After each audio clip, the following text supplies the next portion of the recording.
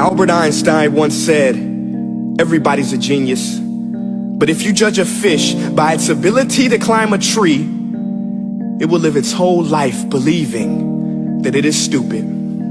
Ladies and gentlemen of the jury, today on trial we have modern day schooling. Glad you could come. Not only does he make fish climb trees, but also makes them climb down and do a 10-mile run. Tell me, school, are you proud of the things you've done? Turning millions of people into robots, do you find that fun? Do you realize how many kids relate to that fish? Swimming upstream in class, never finding their gifts, thinking they are stupid, believing they are useless? Well, the time has come, no more excuses. I call school to the stand and accuse him of killing creativity, individuality, and being intellectually abusive. He's an ancient institution that has outlived his usage. So, Your Honor, this concludes my opening statement, and if I may present the evidence of my case, I will prove it. Proceed. Exhibit A. Here's a modern day phone. Recognize it? Here's a phone from 150 years ago. Big difference, right? Stay with me. Here's a car from today, and here's a car from 150 years ago.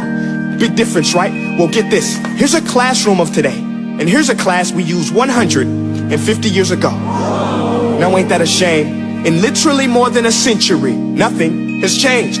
Yet you claim to prepare students for the future? But with evidence like that, I must ask, do you prepare students for the future or the past? I did a background check on you and let the record show that you were made to train people to work in factories, which explains why you put students in straight rows, nice and neat, tell them sit still, raise your hand if you want to speak, give them a short break to eat, and for 8 hours a day tell them what to think.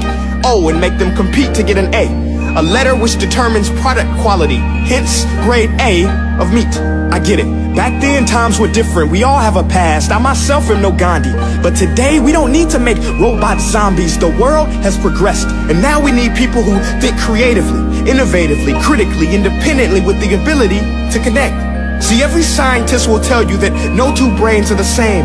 And every parent with 2 or more children will confirm that claim.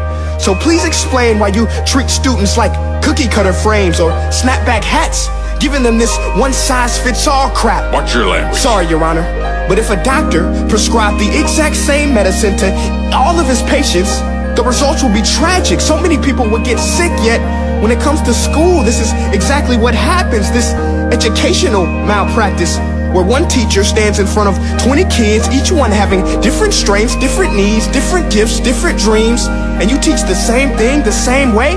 That's horrific. Ladies and gentlemen, the defendant should not be acquitted. This may be one of the worst criminal offenses ever to be committed.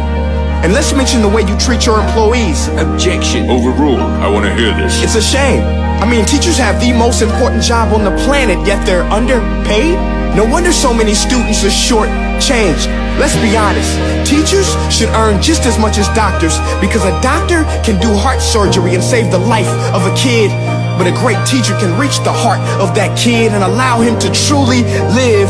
See, teachers are heroes that often get blamed, but they're not the problem. They work in a system without many options or rights. Curriculums are created by policymakers, most of which have never taught a day in their life. Just obsessed with standardized tests. They think bubbling in a multiple choice question will determine success. That's outlandish. In fact, these tests are too cruel to be used and should be abandoned, but don't take my word for it.